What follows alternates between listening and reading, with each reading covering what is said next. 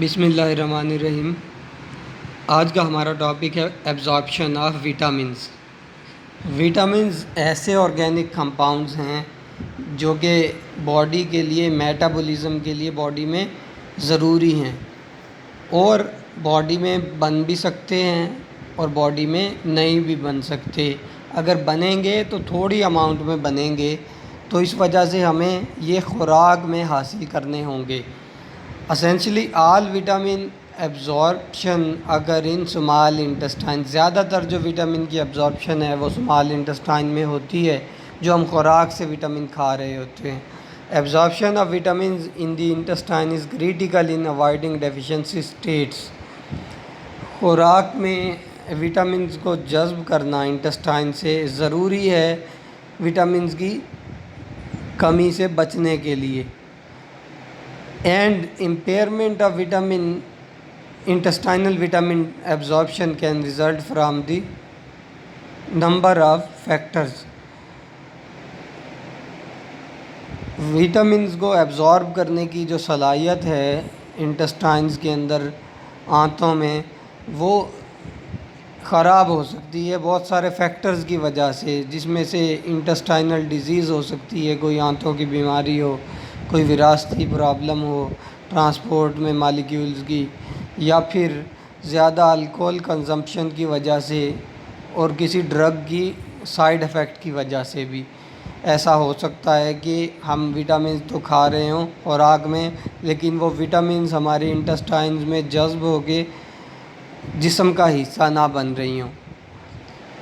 Absorption of water soluble vitamins, vitamin C اور vitamin be کے جتنے بھی ڈیریویٹیوز ہیں وہ سارے واٹر سولیبل ہیں، جن میں B1 2 3 12 تک کچھ ان میں سے مسنگ بھی ہیں۔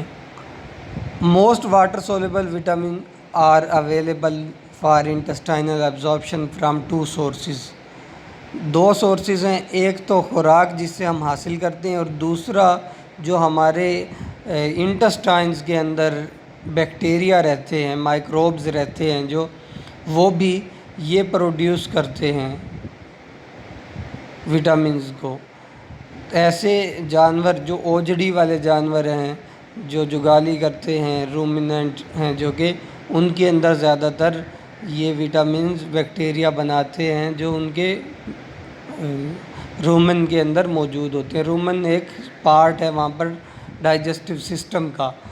These dual origin vitamins include biotin, folic acid, pantothenic acid, riboflavin and thiamine. یہ سارے وٹامن بی کے ہی ڈیفرنٹ ڈیریویٹیوز ہیں۔ جس ٹائم پہ ان کے فنکشن پڑھیں گے اس ٹائم ان کا دوسرا نام بھی ڈسکس کریں گے کہ وٹامن B1 کا کیا نام ہوگا، B2 کا کیا نام ہوگا۔ نیکسٹ ہے ascorbic acid, vitamin C can be synthesized by many animals but not by primates or guinea pigs۔ انسان ہیں اور منکی وغیرہ ہیں جو پرائمیٹس آرڈر کے اندر آتے ہیں، وہ وٹامن سی کو خود نہیں بنا سکتے، کچھ اینیملز بنا سکتے ہیں میٹابولزم کے ذریعے۔ اس وجہ سے ہمارے لیے یہ ٹرو وٹامن ہے جو کہ باڈی میں نہیں بن رہا اور ضروری ہے باہر سے حاصل کرنا۔ And must be obtained from dietary sources. Niacin is also a bit different۔ It can be synthesized within the body from tryptophan but is also absorbed from intestine from dietary sources۔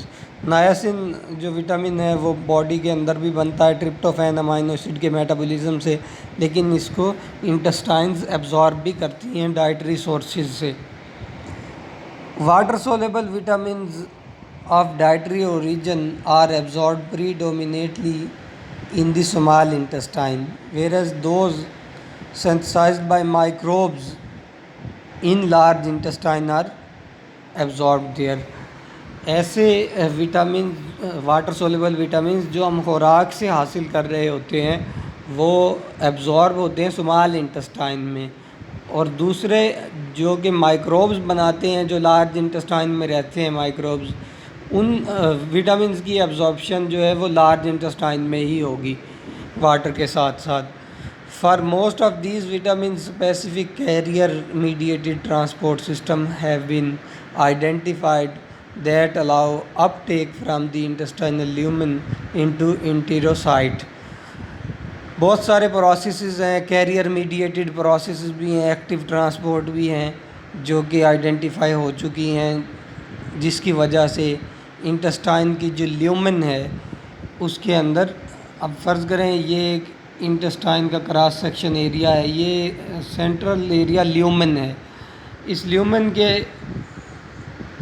اندر سے سائڈوں پہ یہ جو sales ہیں جن سے یہ دیوار بنی ہوئی ہے، یہ دیوار جن سے بنی ہوئی ہیں، inner lining of intestine is called enterocyte. اب ان سیلز میں جیسے کہ ویلائی وغیرہ ہوتے ہیں، انٹیروسائٹس ہیں وہ بھی، اب ان سیلز میں صلاحیت ہے کہ یہ مزید آگے بیسولیٹرل سرفیس سے کنڈکٹ کر سکیں ان وٹامنز کو، اور کبھی کبھار ٹرانسپورٹ ایسی بھی ہوتی ہے جو سوڈیم ڈیپینڈنٹ ہوتی ہے، مطلب سوڈیم کے آئن کو ریلیز کرے گا سیل لیومن میں اور لیومن سے وٹامن کو پک کرے گا، اس طرح سے بھی ہو سکتی ہے، وائل ادر آر ناٹ، اور کچھ ڈائریکٹ ڈیفیوژن کے ذریعے بھی ہو سکتی ہیں۔ Next, fat soluble vitamins, absorption of fat soluble vitamins, vitamin A, D, E اور کے، یہ فیٹ سولیبل وٹامنز ہیں جو کہ لیومن میں سیم میکنزمز کے ساتھ لیومن سے ایبزارب ہوتے ہیں جس طرح دوسرے لپڈز ایبزارب ہوتے ہیں۔ ویلائی کے اندر ہم پڑھ چکے ہیں کہ لپڈز کیسے ایبزارب ہوتے ہیں، لپڈز کی کنورژنز ہیں، جو لپڈز ٹوٹ جاتے ہیں لیومن میں فیٹی ایسڈ اور گلائسرول کی فارم میں، پھر ویلائی کے اندر جیسے انٹر ہوں گے اس ٹائم پہ ویلائی کے ایپیتھیلیل سیلز میں، وہاں پر یہ دوبارہ جڑ جائیں گے، جڑنے کے بعد آگے ٹرانسپورٹ ہوں گے لیکٹیل میں، لیکٹیل، یہ سارا پروسیس ہم ایبزارپشن آف لپڈز میں پڑھ چکے ہیں، تو لیکچر یہ ہو چکا ہے لپڈز پر۔ In short they are incorporated into mixed micelles, micelles کہتے ہیں کلسٹرز کو پروٹین یا لپڈز کے، with other lipids and bile in the lumen of small intestine, یہ جو لپڈز ہیں اینڈوسائٹوسس کے ذریعے بھی ہو جاتے ہیں اور زیادہ جو ہے ان کی ایبزارپشن ڈیفیوژن وغیرہ کے ذریعے ہوگی ایپیتھیلیل سیلز میں، and enter the enterocyte largely by diffusion within the enterocyte. They are incorporated into chylomicrons and exported via exocytosis into lymph. کائلومائکرونز کی فارم میں یہ ایبزارب ہو جائیں گے، کائلومائکرون کہتے ہیں ایسے کلسٹر کو پروٹینز کے اور لپڈز کے ڈفرینٹ ٹائپ کے جن کی ڈینسٹی بہت کم ہو۔ تو اس لیکچر کی امید ہے سمجھ آ گئی ہوگی سب کو۔ اس کے بعد اس کی ڈیٹیل ہیں، جو لپڈز، فیٹ سولیبل وٹامنز ہیں اور واٹر سولیبل وٹامنز ہیں، ان کے فنکشنز کو ڈسکس کریں گے نیکسٹ لیکچر میں، یعنی ان کی یوٹیلائزیشن کو ڈسکس کریں گے کہ وہ وٹامنز کیسے ایبزارب ہونے کے بعد استعمال ہوتے ہیں۔ تو اس کے علاوہ اسٹوڈنٹس کے لیے ایک اسائنمنٹ ہے، اسائنمنٹ یہ ہے کہ وہ ایک ٹاپک پہ لکھیں گے بفر اور بفر کیپیسٹی پر۔